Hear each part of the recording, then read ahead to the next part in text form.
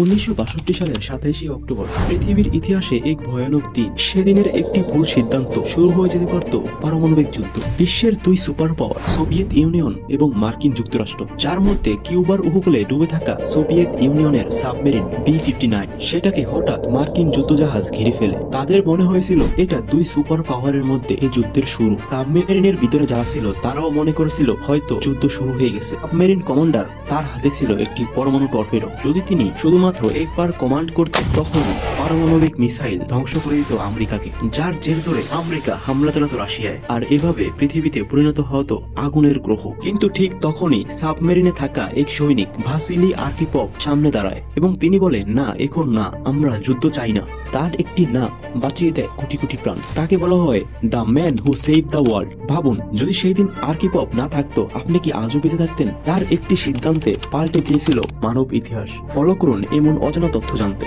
আল্লাহ হাফিজ।